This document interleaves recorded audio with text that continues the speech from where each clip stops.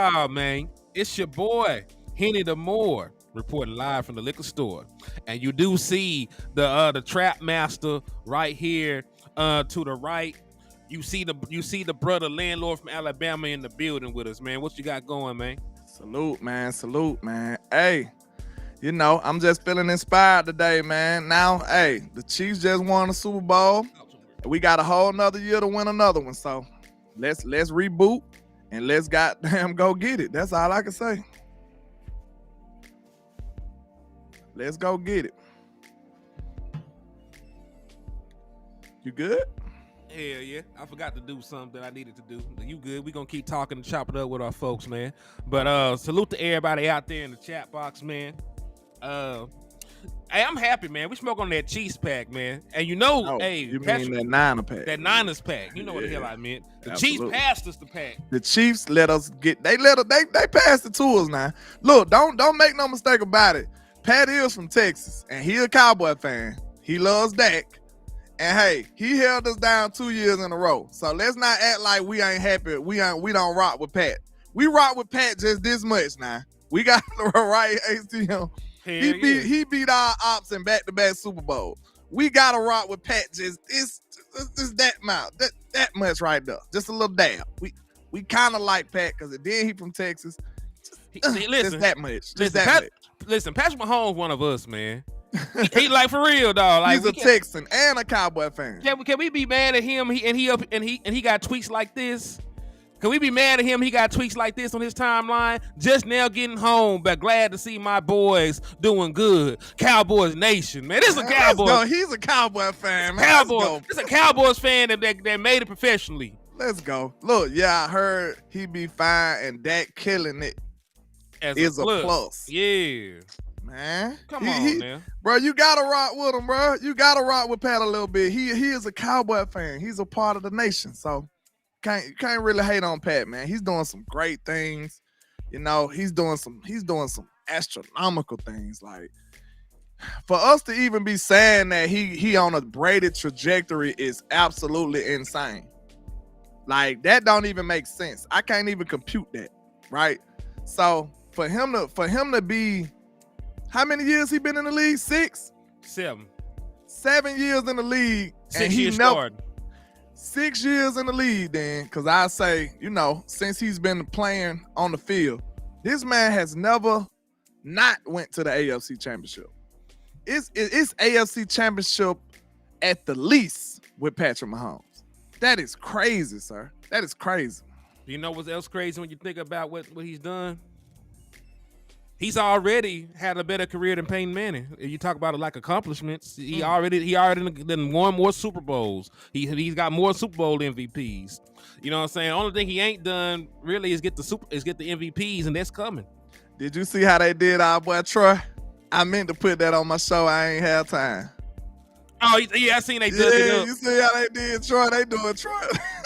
They doing Troy dirty, man. But hey, listen, Troy said that shit with his whole chest. So yeah. you know what I mean? Like you now gotta stand on it. You gotta stand on it at this point. So now that it's happened, now he done got 33% of your Super Bowl. No, he tied you up. 100% of your Super Bowl, man. 100%. He tied you up.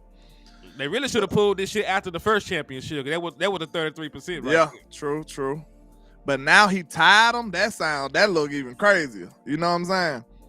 Troy got mad at a little stat. Now, we know the stats. We understand the game is played at a totally different way now. So we're not just going to say, the stats, the uptick in stats in the modern football. We finna explain it now then, Trey. The uptick in stats in modern football don't necessarily mean that these quarterbacks are better than the old quarterbacks. That just mean that it could possibly mean that the game was just played a different way. It's almost like in the NBA. Like, a lot of people give LeBron credit for having more 3 points and more points, but he shot way more 3-pointers than the old players did. And that wasn't saying that they couldn't do it. They just didn't play like that. You know what I'm saying? So that don't really mean that just because he got those numbers over the old players that he was a better shooter than the old players. They just didn't play like that. But can I and say that's the same thing in the NFL. Go ahead. We always say that for Troy, but we always be forgetting that there was other players putting up numbers when Troy was playing. Like Troy was never a guy, the greatest. Yeah, he was never a guy that put up a bunch of numbers in the league. We got to remember. He did have Emmett right there too, though. Like, but he couldn't win without Emmett too, and that was the other discussion. Yeah, we're not crediting him for it. We just saying that he might have not been able to get a bunch of numbers because he got a all-time rusher right there too, though. I'm just saying, like, Dan Marino was out there throwing for 4,000 yards and 40 touchdowns and shit back in Marino was different in his era. But man, he was a what you call him? He was like a trailblazer at that time, though. Fran Tarkenton was throwing for 4,000 yards. Dan Fouts at that time. Of their time. I'm talking. That's not even really trailblazer. I can name like 10 quarterbacks that were putting up better stats than Troy Aikman back then. I ain't saying. I'm talking about like Dan Marino was special. That's what I'm saying. He was special doing that. You don't even know who the hell Fran Tarkenton is. He was the Colts quarterback, right? No, Fran Tarkenton was the Vikings quarterback. Oh, okay. Nah, I don't know that. I'm thinking about somebody else. It's so old, nigga. I was born in '86. Hold on, man. Hold on. I know you say you weren't nefarious no more. You up here and. Well, I was born in '86. What you talking about? I'm just. Did he have a leather helmet or what? No, he didn't have no leather helmet. I'm just saying, like, we be giving Troy these passes, talk about it's a different era when people in his era was putting up numbers. That's all I'm saying. I mean, I ain't doing that. I'm just saying, even Troy ain't the only example either, though. It was other quarterbacks who had suppressed passing numbers as well. In the 70s. Troy played in the 90s. And we act like Troy Aikman retired in 1990. This man played in the early 2000s. Y'all know that, right? Troy Aikman still played in the early 2000s. He was bad, but he was still playing in the early 2000s. I need us to stop acting like Troy Aikman played before we can remember. I remember Troy Aikman being washed up and shit. But you see how they boost him up though, because he got them 3 rings. And that's the point. And that's what all these other players need to realize. Like, we don't care about you as an individual to that degree. But if you win a championship, they gonna worship the ground you walk on. And that's all I'm saying. I'm not saying anything crazy about Troy Aikman. I'm just saying Troy did not put up numbers like that. Oh, you taking shots over there, boy. You got a bazooka over there. You woke up on the wrong side of the Troy Aikman debate right now. So hey, go ahead. I'm just saying, Cowboy Nation, y'all at Henny the Moore, not landlord. I ain't do it. Listen, I'm just saying, the only thing that Troy got to stand on is his championships. Is the team success. That's all that counts for real. I mean, that all that counts, but is that really on Troy? Could Dan Fouts have did that with the Dallas Cowboys and that roster? It shouldn't be on the quarterback anyway, though. I'm just saying. I'm just throwing it out and losses, there. They attach it to the quarterback. Why are you trying to fight for Troy so hard, man? I ain't fighting for Troy. Fighting for. I said any quarterback shouldn't just get wins and losses like that. Listen. You ain't let me finish my train of thought. That's what I'm trying to say. Like, damn. My bad. Go ahead. I'm trying to save you, because Cowboy Nation. I don't give a damn about that. I don't. Coming for your head. They can come for me how much they want. Troy know what the hell he did and didn't do in the goddamn field. That's all I'm saying. Like, how hard was your job to hand the ball off to Emmitt Smith, my nigga? That's all I want to ask y'all. Yikes. But continuing on, though, man, we had how good was he then before we start? Like, at a scale of 1 to 10, what would you put him? 10 being the greatest. He's probably a 7. That's pretty damn good. I'm not trying to take anything away from Troy Aikman. I'm just saying, like, people disregard him not putting up numbers because he won. And use the area that he played in as an excuse when I've seen plenty of other guys put up great numbers. So what you saying that he should leave? He should shut up talking to Pat. That's pretty much what I'm trying to say. He should have never started with Pat. That's what you're saying. That's pretty much what I'm trying to say. Like, okay. my guy, like, I can agree to that. Listen, Troy Aikman is one of the best winners in league history. Troy Aikman was a leader of men, and he showed up when you needed him to show up.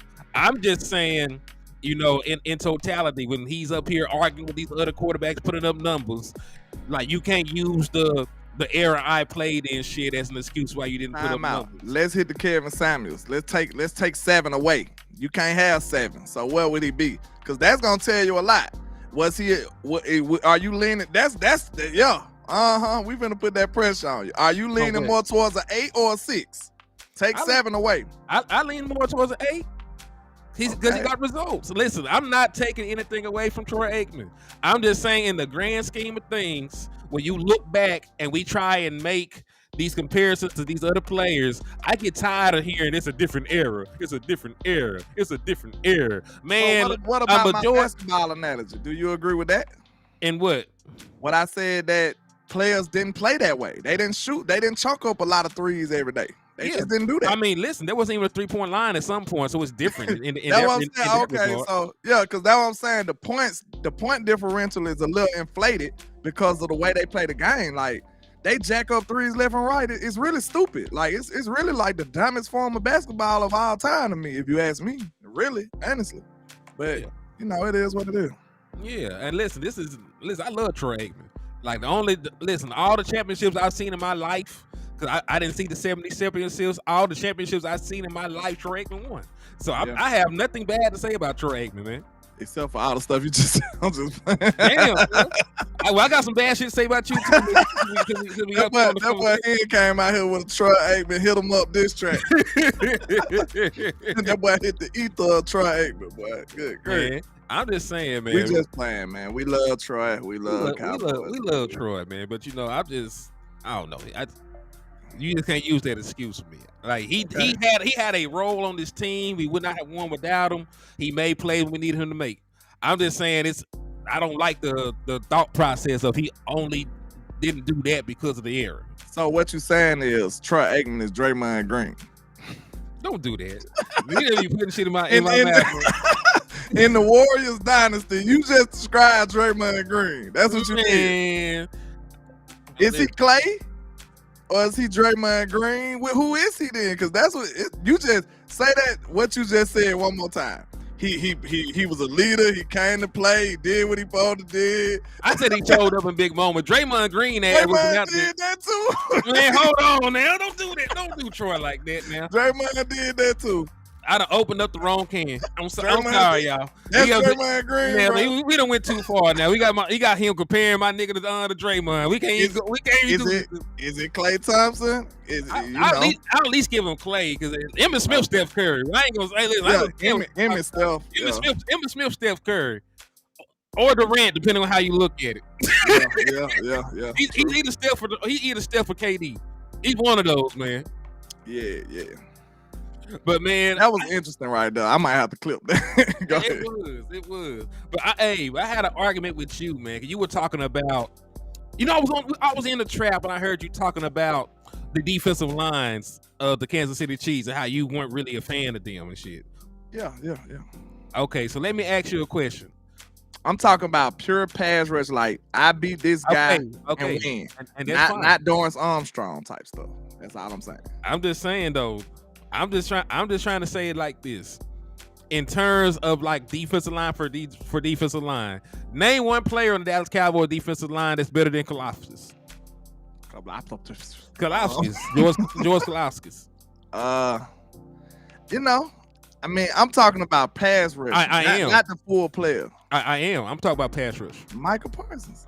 Outside of Michael Parsons, man, like that's a gimme. Come on now. What you mean? Then? That's a gimme. That's a damn gimme. I was making a comparison saying that we needed Chris Jones, and I feel like we'll be more effective with Chris Jones because I like our pass rushers better. I do. And Michael Parsons is a part of that. Okay, and Chris Jones is a part of their pass rush, is what I'm saying to you.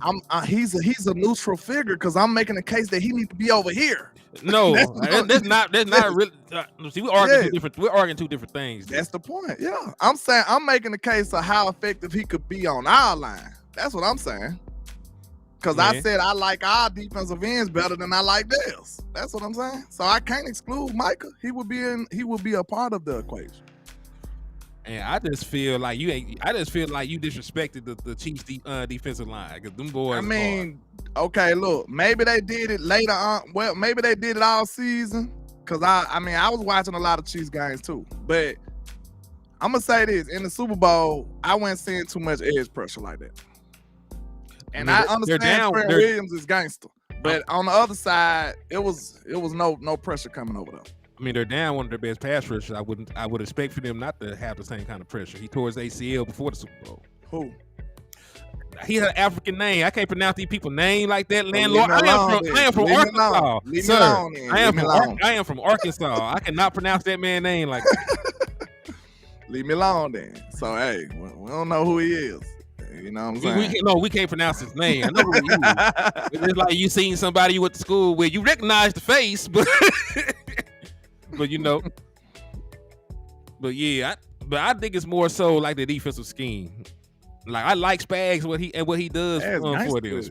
Yeah. And you got to remember how he made his bones in the league, man. He was the Giants DC when they toppled Tom Brady in them back then. Yeah. Beat the best offense in history. That's what that was his calling card. He held mousing them down. Yeah. Yeah. So, and that's the thing. Whether you think that the Dallas Cowboys have more talent or have a better edge in this, what we cannot say is that we have a better defensive coordinator. And I think that's the shit, and that's the shit that holds it all together. Well, yeah, true. Yeah, he said, Joseph said slags. Yeah, and I think that's what we need, man. He said, HTM, do you think any of the Kansas City Super Bowl teams would beat the 92 or 93 Cowboys? That's tough because the 92 and 93 Cowboys had defense. It's tough. They had a dominant offensive line, too. And they had Emmitt Smith, who was the best rusher of the football I ever seen. I know people love Barry Sanders, but I'm talking about production. Yeah. Shit, you can't take away from what Emmett resume says. Exactly. That's the same argument I make for Jerry and Mouse. Because Jerry got the accolades and the numbers, but you know, I love Mouse though, bro. I'm sorry. Like individual player. Phenomenal person. Like that dude was different. But like you can't take away from what Jerry did with the accomplishments and the numbers. Like he is the GOAT. You gotta give him that. But you know, I like Mouse.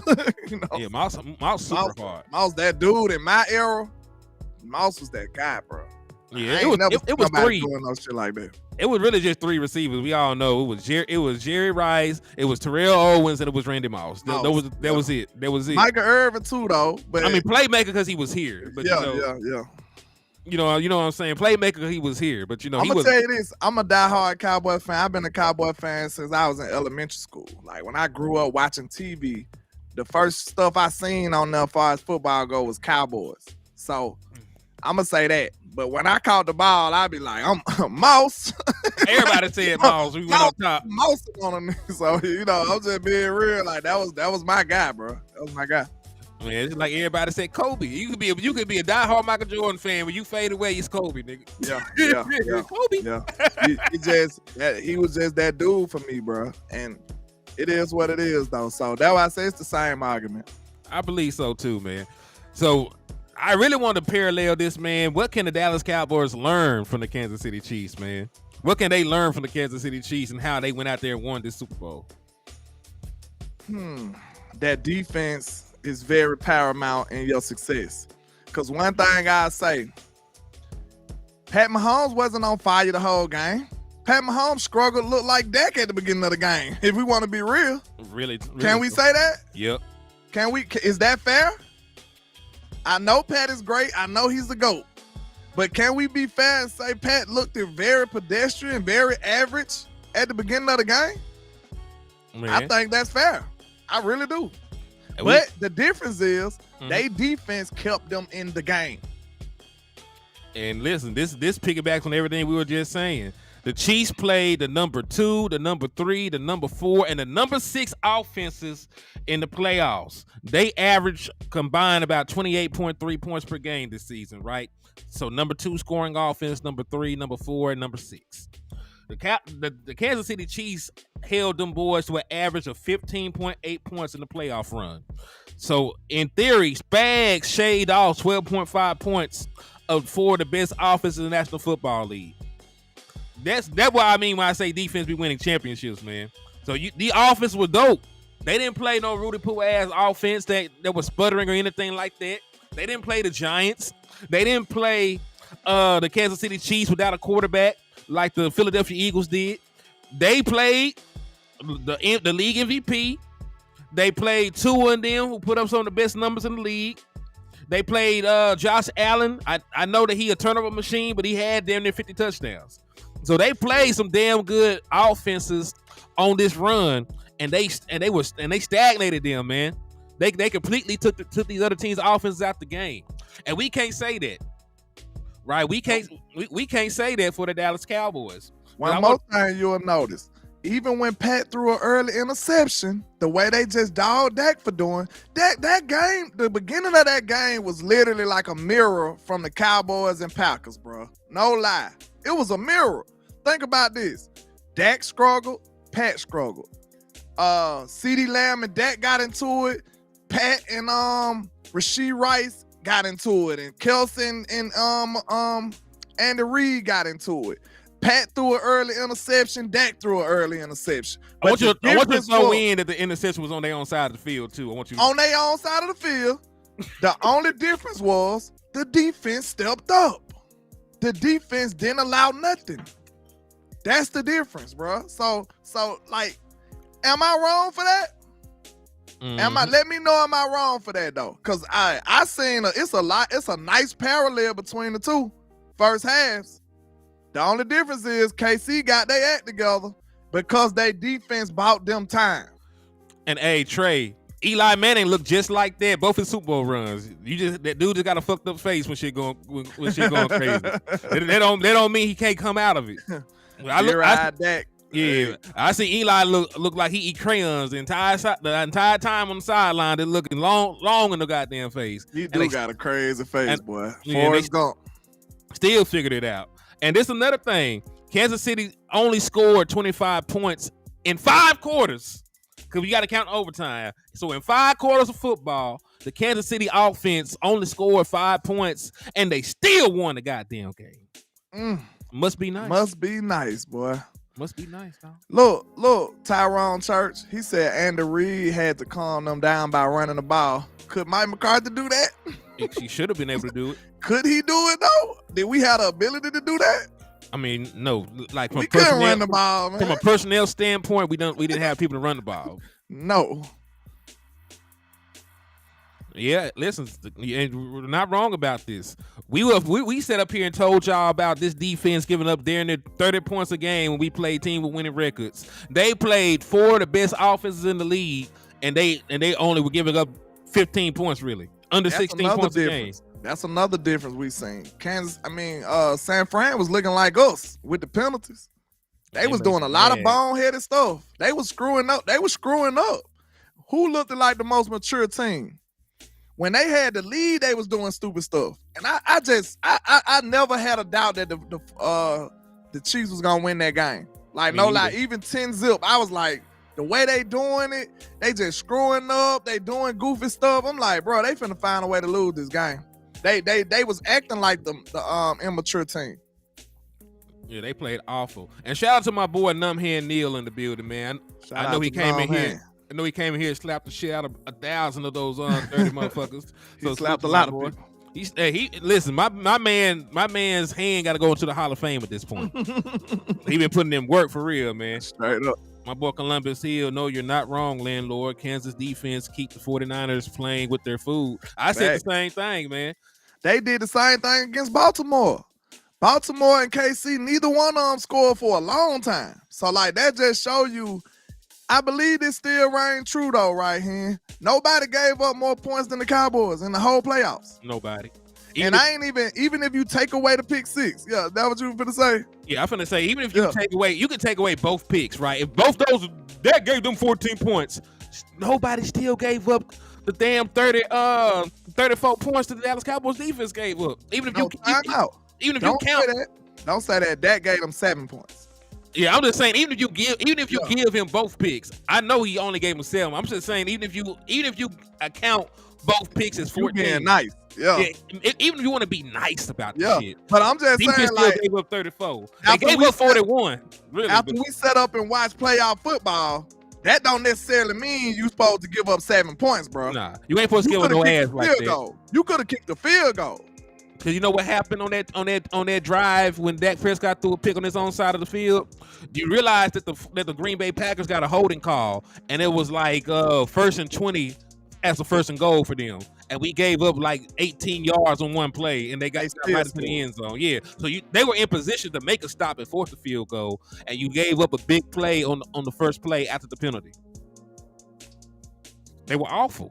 And we can't keep using excuses like that, because we've seen other teams be in similar situations and rebound. We saw the Kansas City offense drive the length of the field and fumble in the red zone. We saw Patrick Mahomes throw a pick on his own side of the field, and his defense stepped the fuck up. Thanks. Even Lamar Jackson got strip sacked in the shadows of his own goalposts, and his defense forced a turnover. They didn't give up no points. No points. Shit, Pat Mahomes defense, them boys they was literally in the red zone, like in the end zone, and fumbled the ball. And now, you know what I'm saying, they give up no points. So, like, you need stuff like that to happen, man. But, like, let's not just make it like a foregone conclusion that they was supposed to give up those points, and that's not true, y'all. It's very not true. It's very not true. Because you're allowed to force a turnover. You're allowed to force a field goal. You're allowed to force, if they want to be extra aggressive and go for it on fourth down, you're allowed to get a turnover on downs. You ain't got to give up that ass. Put up that Goose Woodson. That's a dope name too. So I'm thinking he talking about the Cowboy player. But KC gave up 2 turnovers but 0 points. They got nothing off that interception and nothing off that fumble. Because they hard. It be like that. That says a lot. That says a lot. And give some credit to the 49ers defense too. Because when Christian McCaffrey fumbled, they forced a 3 and out. The only time they gave up points on a turnover was when the dude muffed the punt on their side of the field. So they they also had 2 turnovers and they only allowed 7 points. That was 1 play touchdown too. Like that was crazy. That was crazy. I knew it. I knew it was going to be a touchdown when the moment I saw that they lined up in zone in the red zone. Like, oh yeah, he's going to take a shot, middle of the field, wide the hell open. Yeah, that was crazy. And boom, 1 play touchdown, changed the whole game off a muff plant. And that was is that not some of that unfortunate stuff that happened to Dallas, bro? Like that wasn't really no execution error for them. Like that was just unfortunate, bro. The ball hit the back of that man's foot, and he had to touch it. Yeah, he had to try. Now you wouldn't want him to fall on the ball. That's the L he took. But you know how they train the players, right? Yeah. You know how they train the players in that situation. What, to just fall on the ball? No, like the skill position guy's supposed to pick it up. Like they really tell them that. And the big guy's supposed to fall on the ball. But I think it's still a deciding, like it's still a moment in time where they supposed to fall on it too, though. You know what I'm saying? So they actually do train them to pick up the ball when you're a skill position smaller guy. They tell you to scoop it, but when you're a big guy, they tell you to just fall on the ball. You know what I'm saying? That makes so sense. It is kind of like what they coach to do, but in that situation, you might have to just go ahead and fall on the ball. I agree with that. And Trey, this is the thing though. We just seen the 2 best teams in football turn the ball over multiple times in the Super Bowl. So I agree, you would want not to turn the ball over. But that's not really what happens when you play another good team. They're gonna be guys that get clamped the hell up on a route. There's gonna be fumbles. There's gonna be interceptions. That don't mean to give up fighting and give up that ass. That's what the Dallas Cowboys defense be doing. They like, here, damn, get the ass. Do y'all know what this really shows me though? Honestly, we've been demanding Dak to be perfect. Yeah, we really have, and that's not realistic in the playoffs. You need somebody. Look, he might have needed a little time, and I've been, man. You if you follow me, you done heard what I said about that. I'm not taking up for him, but I just see these other quarterbacks getting the benefit of the doubt. They are. Lamar played a terrible first half in that game. Didn't do nothing. His defense held him down. Pat played a bad game in the beginning of that game. Defense held him down. Did the same thing this week. You know what I'm saying? Brock Purdy in the Lions game, he was bad in the first half, and they still had time. He came back and won. He was bad in the first half of the Green Bay game, and they still found a way to come back and win that game. Defense give you extra chances. They supposed to give you chances to get it right. When Dak came out slow, his defense laid down. Mm-hmm. His defense laid down, and then not even that he came out slow. His defense laid down before he touched the field. You know what I'm saying? He came in to a deficit. And this thing, we know is, and listen, Dak Prescott, when he goes into these games, he know it's always all on him and CeeDee Lamb, because you have not had a 100-yard rusher in a playoff game since 2018. Last time was what? Ezekiel Elliott. Yes, that was in the Seattle Seahawks game. Ezekiel Elliott gave you 100-something yards. He got shut down in the very next week though. When we played the Rams, he had like 20-something yards, 30-something. They had like a run party on us. They had 2 running backs that went over 100 yards, and that was Dak fault too, huh? Yep. 2021. I promise you, I'm not taking up for Dak. Yeah. Never. I'm not doing that ever. 2021. Ezekiel Elliott and Tony Pollard got shut the fuck down by the 49ers. Dak Prescott was the second leading rusher on that team that game. We barely got 100 yards in the Tampa Bay game, but that was all Dak Prescott and CeeDee Lamb and them. Like Dak passed for 5 touchdowns that game. The running game came later, so you can't really count that one.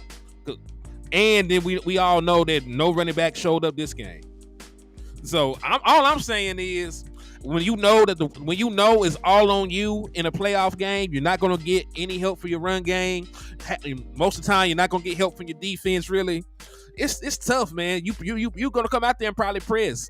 And listen, I said to get rid of Dak Prescott right after the playoff game. I was mad as fuck. Me too. But as time passed and you look at some of the things that go on around the league and other situations that other quarterbacks are in and how things play out and what their defense and offensive coordinator do for them, like, it's not really comparable what the hell we. I guarantee you, Dak walk around looking like with his hands are like, what? Why I couldn't get that? Like, I ain't gonna lie, like they said, with more information, you should be able to change your mind a little bit. You should. Now, and we still believe Dak Prescott can probably play better, but we also know that the style of play that we're asking him to play is not conducive for us to win.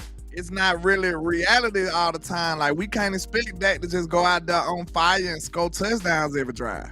Like, and that's what he would have had to do to beat the Green Bay Packers. No lie. He would have had to score a touchdown on every drive. Yo, shout out to Robert Howard for the $5 super chat. He said, you guys have that hot fish grease cooking right now. Agree 100%.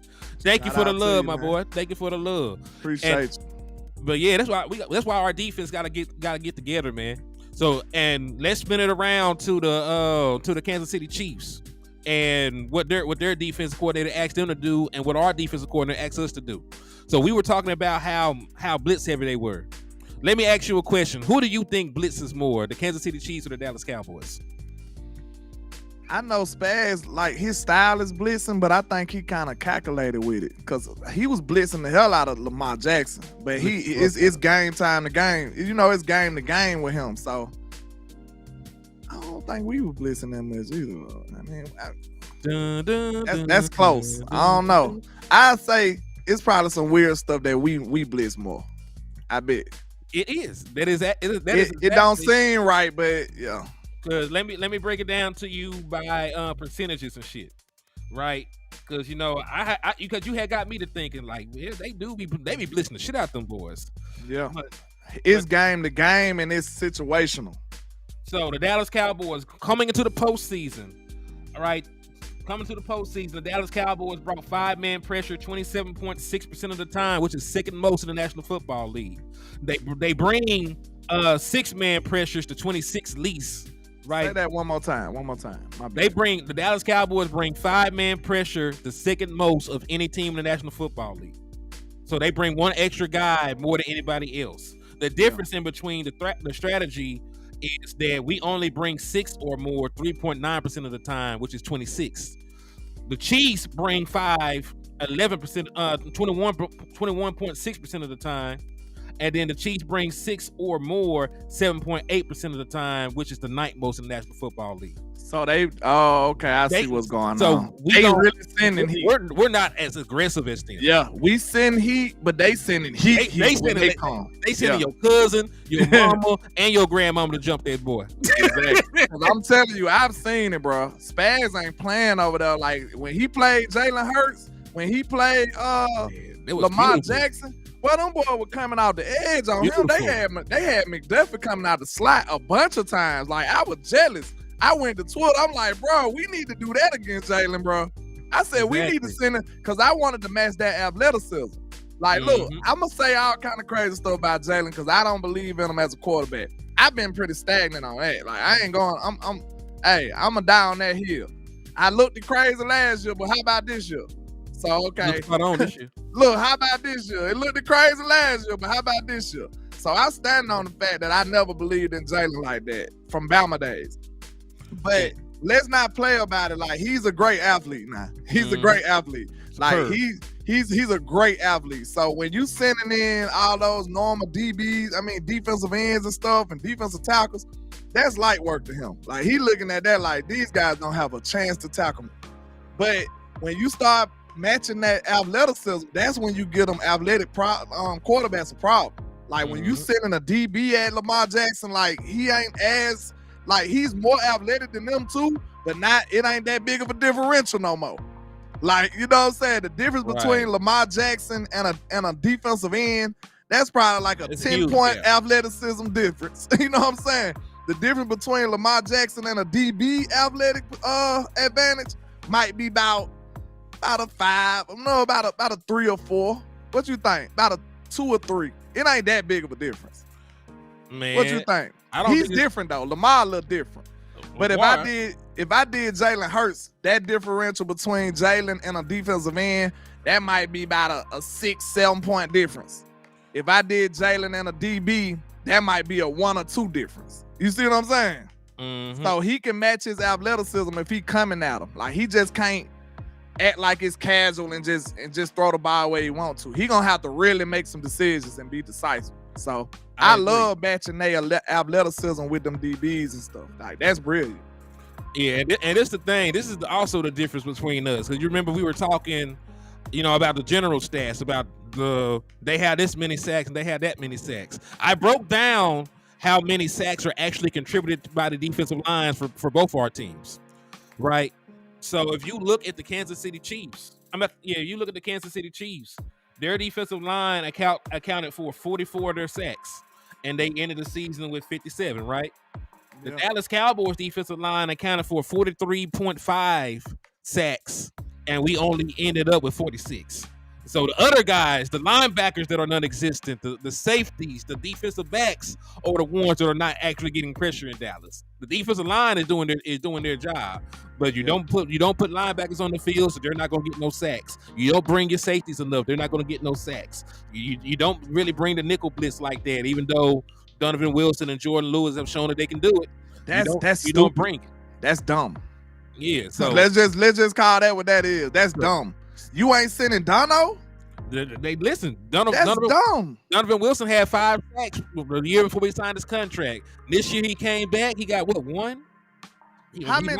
How else can I describe it? Don't make sense to me. That's dumb, bro.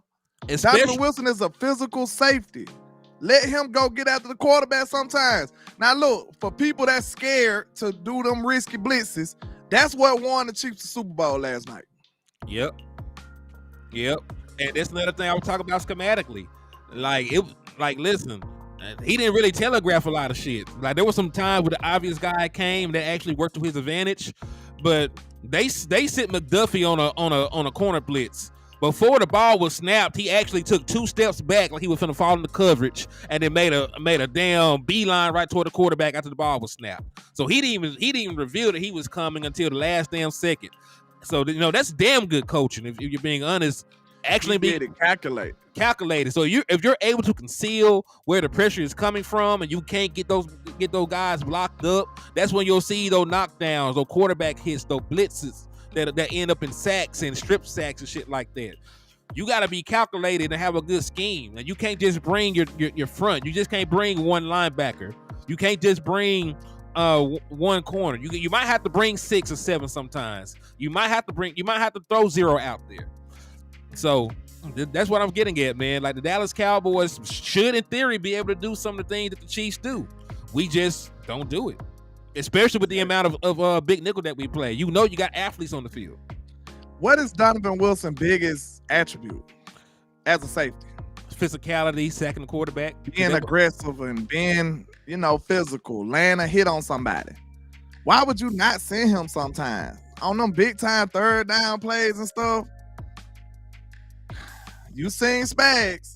Spags knew when to do it, and it was effective. He knew when to do it, and it was effective. Give me an old man DC. Everybody talking about their age. Spaz an old man too. I take it back. I don't think Donovan Wilson had a single sack this season after having 5 in 2022. That really what got him paid. In 2022, Donovan Wilson had 101 tackles, 5 sacks, 2 forced fumbles, a fumble recovery, and a pick. Right? And I know he was hurt. I know he didn't play as many games, but for this man not to have a single sack, you not to really utilize him like that, like it's sort of damning in my opinion. That's his best. That's his strong suit. You brought this man attribute. You brought this man back to have him play coverage, and that ain't even what he do well. Yeah, Dan Quinn was trying to get the hell out of Dodge with the way he was coaching. He was coaching like an op. That's what it seemed like to me now. The more and more I look at it, the more and more I feel like he was coaching like an op. Then you go take a job with our rival and then try to steal our coaching staff. He's shaping up real oppish to me. Like, that's just my opinion. Exactly. Andy Reid and Spags are both old men. So you know what? I ain't even tripping about the age disparity no more. Get that age stuff out of here, man. Them boys know what they doing. They know what they doing. He said 49ers going to trade Debo. I trade his crying ass too. He did all that shit talking to end up on the sideline crying again. What I said today, I said that boy walked in with a boom box, left out with tears on his face. he walked in, that motherfucker playing Lil Nas X, and he played like a bitch. I don't want to hear that. Then, man, it was so eerie. He felt like he was just hurt. Then next thing you know, he back walking around. Like, these dudes, like, are they trained to do that? I don't know. So let me ask about defensive coordinator, because, we were talking about this. Rex Ryan has reportedly re-entered the conversation with Jerry Jones and Mike McCarthy. Ryan said yesterday that he reached out directly to McCarthy to make him aware of his interest in becoming the Dallas defensive coordinator. And according to Pat McAfee, the Dallas Cowboys loved Rex Ryan. Mike Zimmer's deal isn't done yet, and they've reached back out to Rex Ryan, allegedly, according to Adam Schefter. Reached back out? They said they reached back out, man. They spent back? They spent the block. I ain't get that report yet. I was still alive now. Wait a minute. They said they spent the block. Don't tell me the Cowboys said they sent that "Hey Big Head" text now. Don't tell me that. Man. Oh man. And listen, they might be leaning. Is they hitting up Zimmer? Did they hit Zimmer back? Zimmer probably wants some bread. Mike McCarthy, one of the lowest paid coaches in the league. So imagine what they trying to pay their assistant coaches and shit. They gonna have to pay Rex too, though. Rex coming off of TV. I know he makes some money. He making easy money. Yeah, but Rex might want an opportunity. He said he want that stage. You heard what he said on my show? Mm-hmm. He said he want that stage. You know what I'm saying? And that's alarming because it sounds like he chasing clout. But I think people like that, they ready for the moment, though.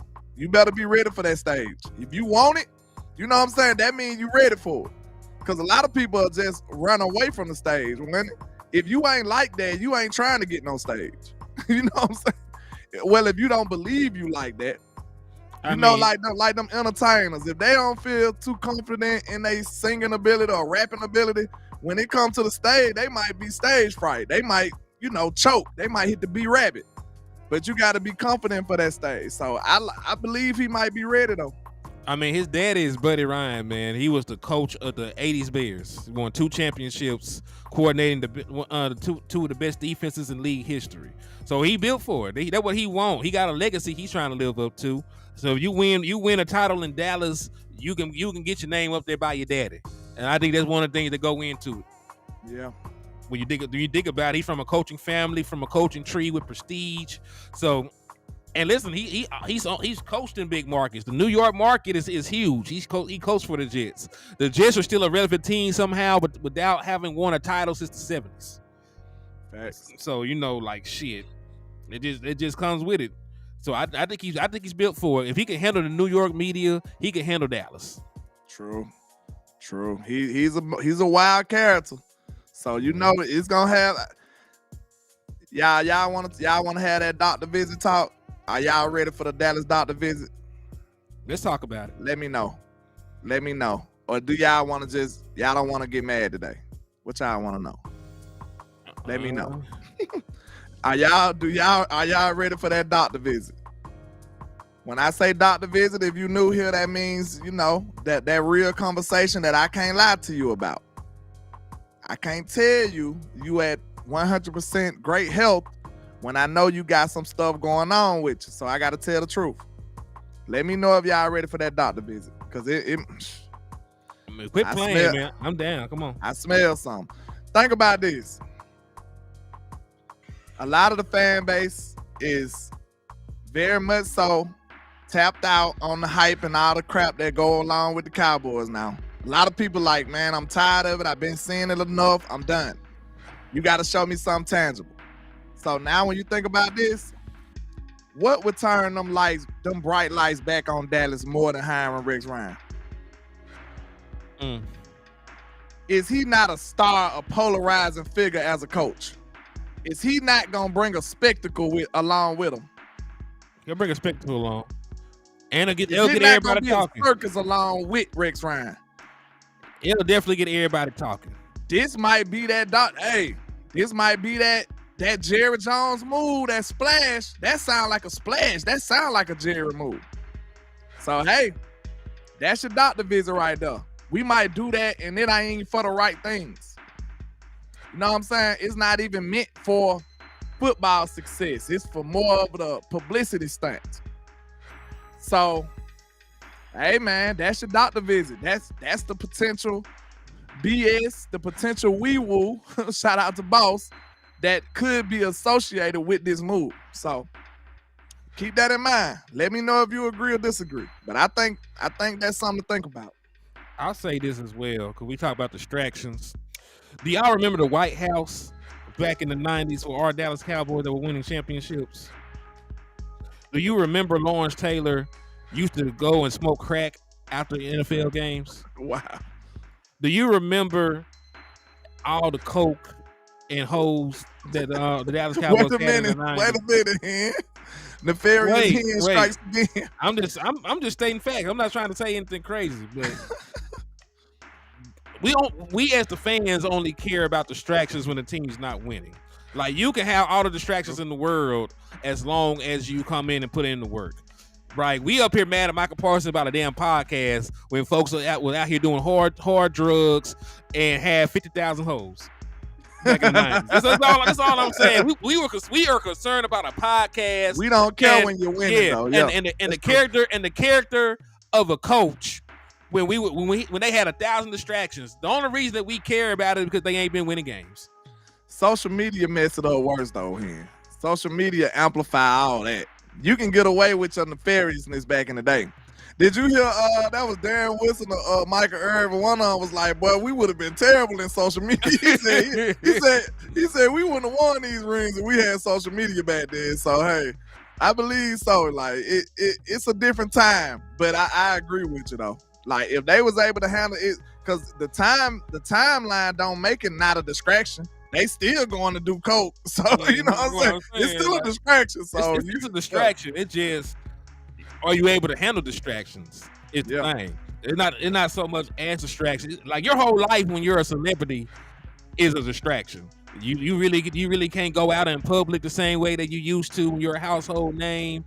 Your private life ain't really your private life. You know what I'm saying? Like you got your own TV.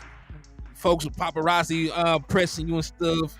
You know, your family want all your money. You know, like you grew up together with your third cousin. Now he need a loan for this business. He always need one. Like everybody in the world that's in the NFL has some form of distractions. So our issue is we just know about the distractions in the social media day. Like all these dudes got things they want to do in their spare time. And when we think about it even further, like most of these dudes got podcasts. Travis Kelce just won a Super Bowl, and he been on a podcast every week with his brother, right?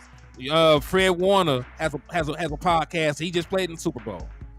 You know what I'm saying? Amon-Ra St. Brown got a podcast. He went to the NFC Championship game. So the thing I'm saying is we're the ones that are heightening the stuff and making it more of a distraction by talking about it all the time. Like all these dudes got lives outside of football. Our thing is when we lose, we want them to go into a cave with no Wi-Fi, away from their wife and kids, and just look at tape all day. And it's not really life or realistic. That's all I'm saying. Like their teams have been successful with more distractions. Pat Mahomes and them doing commercials every day. Man, I see Pat Mahomes more than I see some of my family members. Straight up. Hey, I see Patty more than I see some of my cousins. Like, dang, cuz, I ain't seen you in months. I see Pat Mahomes all the time. Every day. I see Pat Mahomes every day, man. So hey, it ain't necessarily meaning that, you supposed to be able to operate in hostile environments too. It's a little difficult. It's a little more difficult in Dallas, though. I feel like, just being real, it's a little more difficult here. I agree. That still don't mean you can't do it. Somebody got to be able to do it.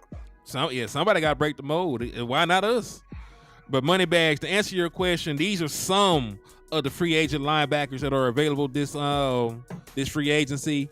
Devin White, Patrick Queen, Josie Jewell, Bobby Wagner, Jordan Hicks, Levante David, Devin Bush, Denzel Perryman, Zach Cunningham. I'm not even gonna mention Shaquille Leonard. Like, he can stay where he at. Willie Gay, Quan Alexander, Anthony Walker. So there's plenty. And then Willie Gay was hurt too. Yeah, he was hurt too. He was hurt, and he was part of the Chiefs Pass defense. rush. Yeah, he was pass rushing too. He said, "Who stay you got into?" I don't know what you mean, my brother, but thank you for tapping in with us. And landlord, let me ask you. I know you're gonna say Bobby Wagner, so I'm gonna just take that one away from you. That's the obvious one. Outside of Bobby Wagner, who would you bring in? I want Bobby Wagner. So the second linebacker you would bring in, because I wouldn't mind Devin White. I wouldn't mind Devin White or Levante David. Which one the youngest? I get them confused. Devin White is the youngest, but he's also not the true middle linebacker. Okay, well, I'll take Levante David. And who else? I think Devin Bush all right too, though. I like David though. If I had to go cheap, I'd probably bring in David. Yeah. I mean, there's some good linebackers in this year's free agency, bro. And if we get, I like Willie Gay too, though, but I think they kind of use him on the hybrid type role or something. I ain't sure though. I gotta go look at his alignment snaps and stuff. Spags be blitzing them boys, so it'd be kind of hard. It's hard to keep up. He might line up here, but he might not even be doing those duties. He might just be over there to get the pressure. Spags be blitzing his second level. He don't mind. I think Willie Gay played. I don't think he played. He's on the field celebrating. And okay. He number 50. So I gotta see his snap count and stuff. I know he was hurt the other playoff game.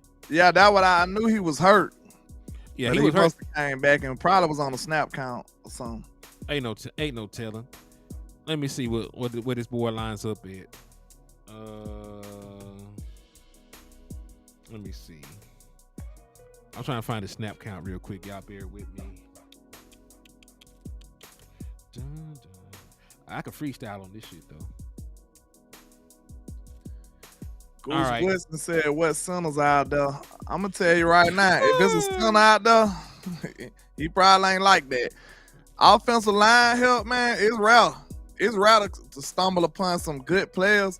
We let go some decent players, and that was pretty strange though. Like, some people looking at that like, hey, they tripping. You know what I'm saying? Like, players that we didn't like, they didn't last 1 second on the market. Like, we didn't like Connor Williams like that. That boy got signed before he walked out the building good. And speaking of Connor Williams, he's probably the best available center right now. Because remember, he changed cornerback then. Remember, he changed positions and he went over there and flourished. Would he be better than Tyler Biadasz? Of course. At center, yeah. Because he played better at center. Okay, I hope so. Well, let's see. Go bring. Hey, you might be able to sway Tyler. Cornerback then. I mean, that's a good idea actually. If he playing good at center, shit, we might need to have a conversation. Cause I don't even look at free agency when it comes to them linemen like that. It's tough trying to find good old line help. So people don't even play with their old line. Like, they like, no, we signing them. Like, I know. Yeah. They don't even get a chance to lead the dough, bro. Like, yeah, Just like Trent Williams, that was a peculiar situation. That don't never happen. Do it. Nah, and it Like, shouldn't. that don't never happen. Yeah. And it shouldn't happen because these guys are too damn good. Like Trent Williams is a Hall of Famer. Like really, he's so good that they get away without having any other good offensive lineman. They just be moving him around. Like, yeah, you gonna go motion over there and hit him in the mouth. We gonna have you pull this way. We gonna run behind you. Like, Didn't we sign Lyle Collins back?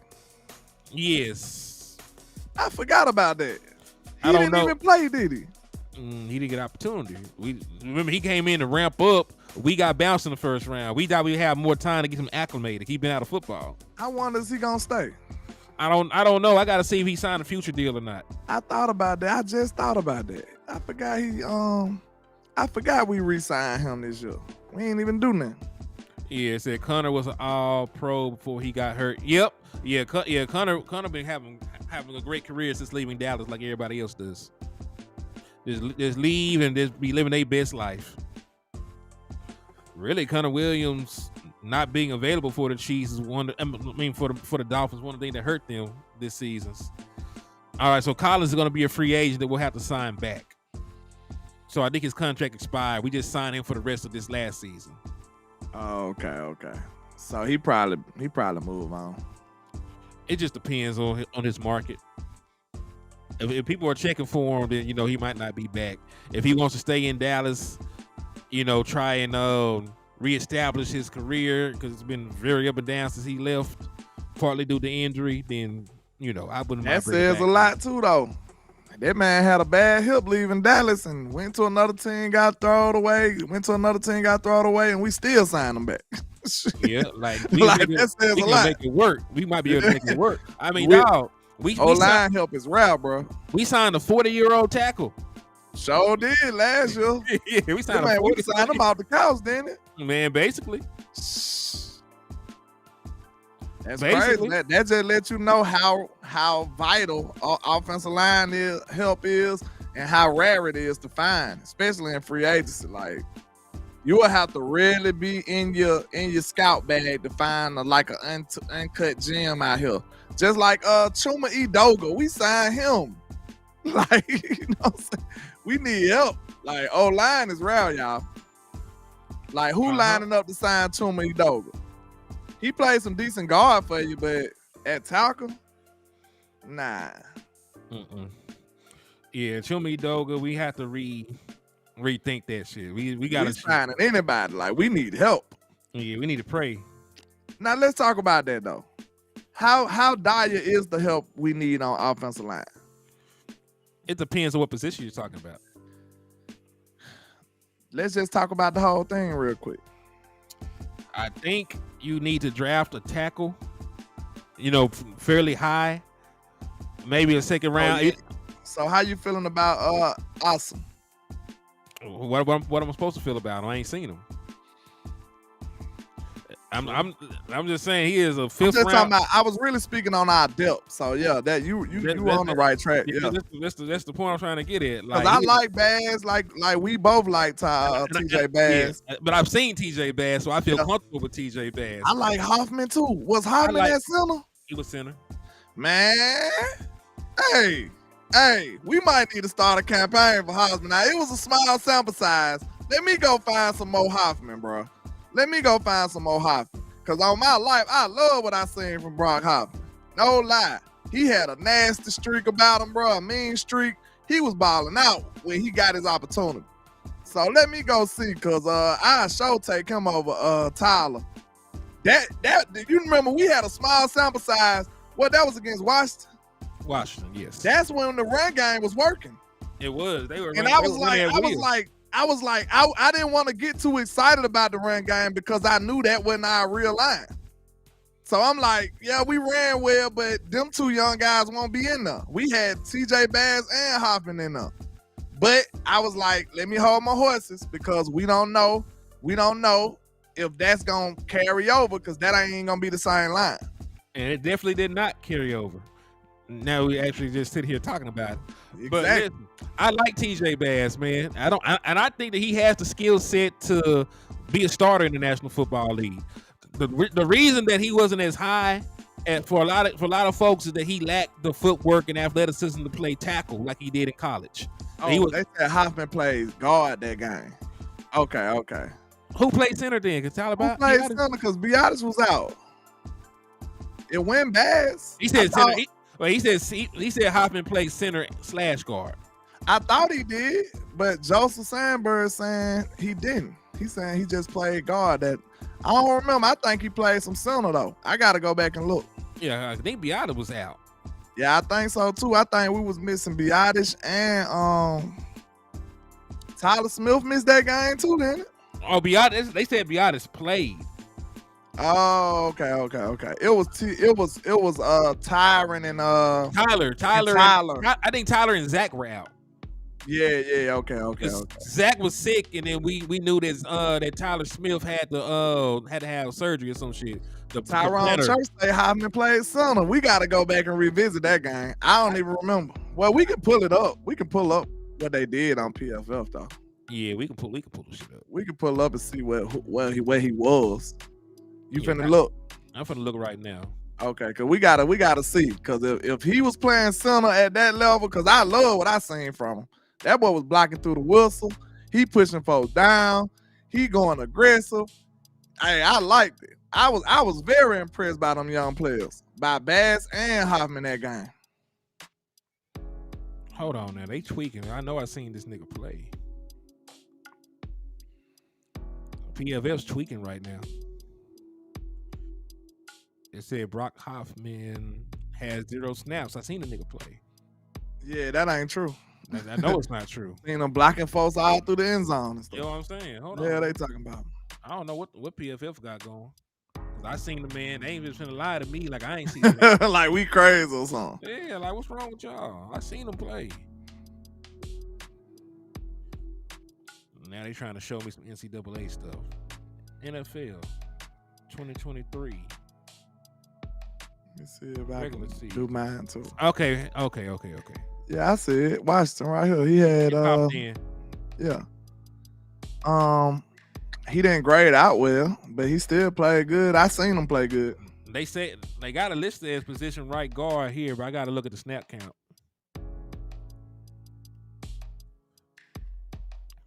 So let me click on this. Snaps by position. Well, that still don't fucking help. It just shows offensive line.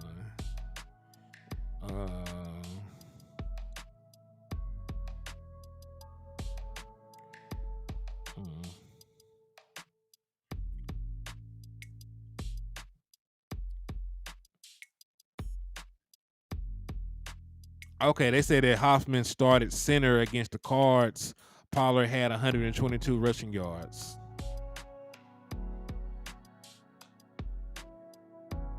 Which he did. 81 snaps at center. And he graded out as of 75.9 in that Arizona game in pass blocking. So that's cool. He didn't grade out that well, but I like what I seen. You know, like we said, you can't really trust these grades. Mm-hmm. But I like what I was seeing. I seen him win, so that's all that matters. Yeah. And look, he had a decent grade against San Francisco. And then, which one you think is more likely? Shit. What's up, Clifford Smith? Thank you for tapping in with us. Which one more likely to you? Shit.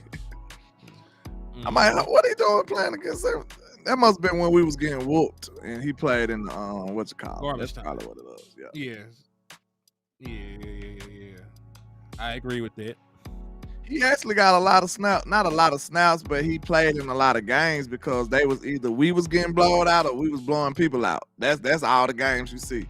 Mm-hmm. We blew out the Giants. Arizona kind of blew us out. New England, we blew them out. San Francisco blew us out. The Rams, we blew them out. The Giants, we blew them out. Carolina, we blew them out. Washington, we blew them out.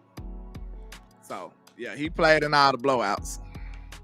But that's all that matters. He got snaps, right? That's all that matters. Experience is experience, regardless of what happened.